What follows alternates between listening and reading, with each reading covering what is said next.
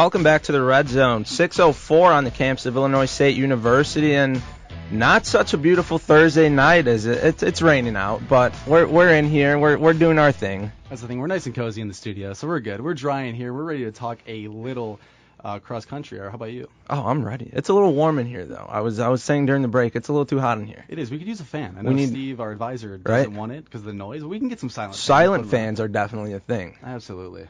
So we're now sitting down with Rachel Hickey from RedZone Cross Country, and before we dive in, before we start having some fun, before we get into this interview, Rachel actually has a little bit in common with the rest of us down here at the radio station. Should I let her tell everyone? Yeah, we let her tell it. Yeah. Okay. Well, hi. First of all, I'm also a journalism major, but that's not all. Actually, I'm a journalism double major along with integrated marketing communications, and I'm also a minor in athletic coaching. Okay. I'm sorry, that's impressive. That is I could barely handle one major. You're doing two majors, a minor, and a Division I athlete. You're a Division I athlete. Yeah, how do you find time for all that? I don't really. Right? You just kind of have to make time in some ways. How many credit hours did you say you were taking? I have to average about 15 to 17. Okay. So not too so bad. it's still two majors, a minor, and a sport. And That's 15 still a to lot. 17 credit hours. That's a lot. I mean, I took 19 and that was a grind, and I took 15 after that and it was still a grind. So, but we're also not. School's a competing, grind. We're also not playing sports and doing all that. You did bring up coaching, so I kind of want to dive into that really quick. Have you coached before? Do you have any experience with that? I volunteered over the summers in high school with a youth track clinic, just kind of helping them out when they need to demonstrate a couple little drills and run laps with the kids, basically. So I've always been really interested in it, and it's also just to connect the whole sports aspect of it, because I definitely want to do something in sports. Yeah, and I was just gonna ask you that. You said you want a future in sports, whether it's reporting, broadcasting. Is coaching also something you possibly can see yourself doing in the future? For sure. I would definitely be okay with coaching in my future at some point, especially if the opportunity presents itself where I can volunteer assistant coach and still continue to train if my career goes that direction. And I know you probably get asked this a lot, but what kind of gave you the inspiration to want to go into broadcasting and journalism? Because you work at the Vidette too, right? Yes, I do. I'm a features and sports reporter at the Vidette. Okay. So I guess I just was very interested in a lot of different things growing up. I thought about doing PT, and I can't really handle blood too well. And I'm not a big. I'm not a big science person. So I just kind of took a step back and looked at my strengths, and I really just loved two things, and that was running and writing. And I realized I was significantly better than some of my classmates at writing as well. So I figured, why not find something hands-on to do with that.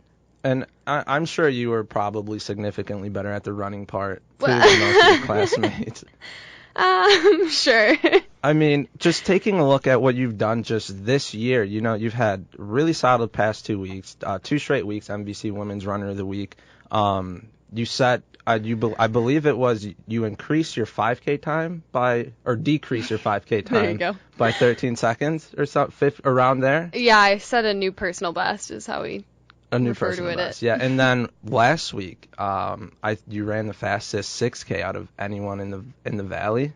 Yeah, arguably. She's so humble about it. Yeah, I'd just be, I ran the fastest time out of anyone in the Valley. Well, that's good though, and I think even with our what we do, and you being an athlete, you always want to get better, and you always want to push yourself. Mm-hmm. And would you consider yourself kind of like a perfectionist? You have to do things a certain way. If you don't feel a certain way, it kind of, because that's how we feel even doing this. So I'm sure even on your scale, it's just like that too. Oh, I'm definitely a perfectionist. Definitely very type A with a lot of things.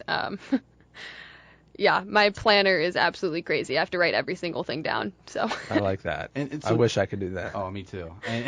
And so do you have what's your routine? How do you get ready before every meet? What gets you ready? What do you listen to? Maybe a little music. What do you eat? Give us the rundown before meet. Yeah, I mean it's definitely the same kind of stuff every week, and it's weird because I get asked this question a lot, but it's one of the hardest questions for me to answer for some reason. But it's like the same type of breakfast every morning. If the race is in the evening, I'll have a cup of coffee. If it's in the morning, I usually won't.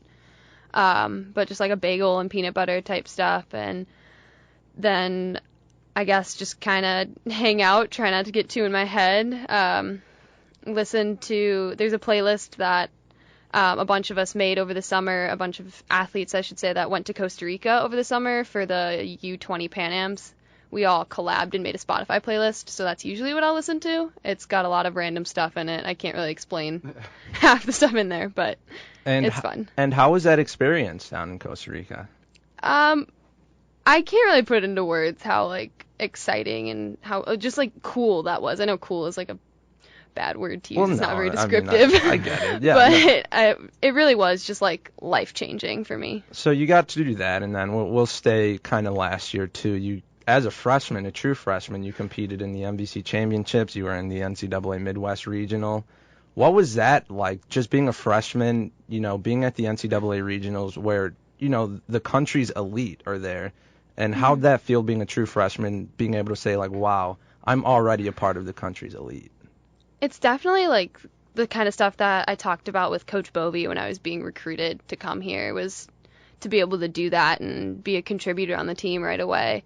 And, I mean, I definitely couldn't have done any of it without him or the help of Coach Brandt and my teammates, but I guess just knowing that it gives me a lot of confidence, and that's part of why this season has been how good I guess it's been, is because I've just had a lot more confidence on the grass and just started to believe that I'm a cross-country runner and I can run distance. And with all the success that you've had, I mean, you've had a lot. What are some long-term goals that you have for yourself? Because you're only a sophomore. I mean, you have 2 more years after this and the rest of this year. So what are some goals that you're really shooting for? This year, just talking with Coach and kind of what his ideas are and what my ideas are. We really want to win the Valley as a team, and so I just want to be able to do whatever I can at conference to help my team, whether that's winning and scoring 1 point or just being in the top 5. There are really good runners in the Valley, so I don't want to discredit any of them for sure. Of course. And then hopefully just try to get all region to set up for next year where we can hopefully qualify for the NCAA championships in cross. And then just looking at the track side of things, just the same idea is since I redshirted last year for outdoor, just having a really great redshirt freshman campaign to set up for the rest of my career. And hopefully at some point, depending on where I'm at, 4 or 5 years from now, when I'm finally out of here, I'll be here a while. I can have kind of like what I was talking about earlier with the coaching type of thing, where I have the opportunity to keep training and hopefully keep competing at the next level. And when you say coaching, do you want to coach high school? Do you want to coach college? Is there a club for running too, or is it more just school-based stuff? I would definitely like to keep with collegiates at some point. Okay. Just because I think that's where a lot of the coaching success is as well. And coaching collegiates has always just been not a dream of mine or a goal of mine, but it's been in my mind, I guess, that it would be pretty cool and just an experience I would like to have. And are there maybe some Olympic aspirations anywhere in there? Because you're here running at Illinois State and you're really successful at it so far. I think that kind of have to be in your head. Is it there? Is that something that you might one day think, let's do this? I mean, yeah. It's just kind of you're growing up as an athlete as a kid, and you're yeah, I want to be an Olympian. It's one of those childhood dream kind of things. But I obviously recognize it's not going to be an easy journey whatsoever. It's going to take a lot of hard work and probably a lot of time too. But I think just setting up for that right now is the best thing I can do, and just being prepared to work that hard. And talking about the Olympics, do you watch the Olympics every summer? Yeah. Is that okay? Of course. So if you had to pick, so I'm guessing you watch track and field. Mm-hmm. I'm guessing you probably love that. Who is your favorite runner that you kind of watch, or maybe even kind of admire and try to be like them?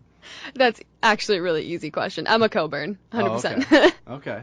Can you just I was gonna say, I don't know if you guys know who she is, but Usain Bolt. No, Emma Coburn is one of the USA's best steeple chasers, and I don't run steeplechase, probably never will, but she's always. Can you explain that? She's always just been one of my favorite people to follow. I know she's she trains with Aisha Pratt, who actually ran here as well, who's an Olympic athlete from Illinois State for Jamaica. So they train together, and just both of them, I just admired their characters and the way they carry themselves. And Emma's a world champ in the steeplechase. So, and what is the steeplechase?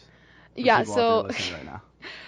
It's kind of like hurdles for distance. That's the best way I can describe it. But and that's challenging. I mean, running itself is challenging, and then when you're tired and you're trying to jump and hurdle, right?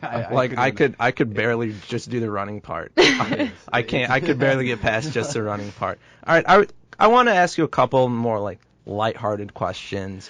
Obviously, as an athlete, you travel to a bunch of different schools, a bunch of different places. What's been your favorite, either school or just different city, state that you've gotten to travel to, with the team? I would say with the team, I definitely really enjoy the Notre Dame trips that we take. We usually take one every season, cross, indoor, outdoor, or a couple in indoor for like the Mayo Invitational, which is a big indoor invite that Notre Dame hosts. But, like this summer, I got to travel to Miami with Coach Brandt for the USA Juniors, and that was a lot of fun as well. And like playing hockey, I always had like a favorite brand skate.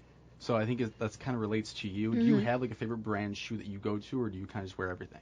I train in Asics. I've just always needed them. My feet have so many issues. I need the support of an Asics shoe, and Nike just doesn't provide that. But we are a Nike-sponsored school, so I will wear Nikes when I have to.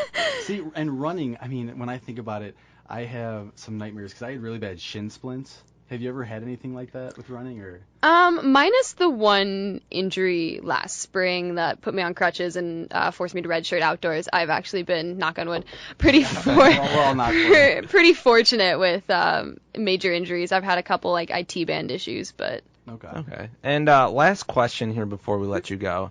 Like I said, you travel a bunch of places. You've ran at a bunch of different schools, a bunch of different states. What's been the toughest course that you've ran? I would say probably the course at UW-Madison.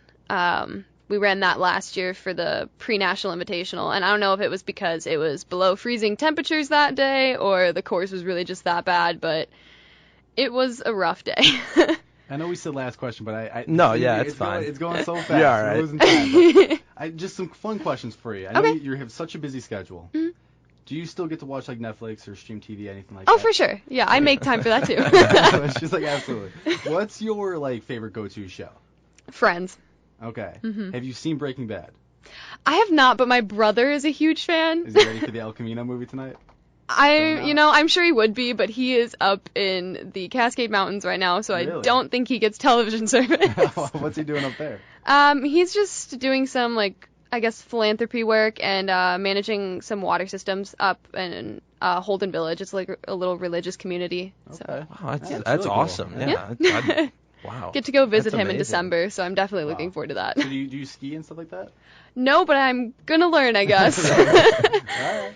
Well, Rachel, thank you so much for taking the time and sitting with us here in studio. Rachel Hickey and the rest of the cross-country team next Friday will be in Peoria at the Bradley Classic. And then October 25th, they're at the Bulldog Invite in Carmel, Indiana. And after that, it's the Missouri Valley Championships. Rachel, thank you so much. We're going to take a quick break. When we come back, we'll be talking some high school football and Redbird football. You're listening to the Red Zone on 103.3 WZND.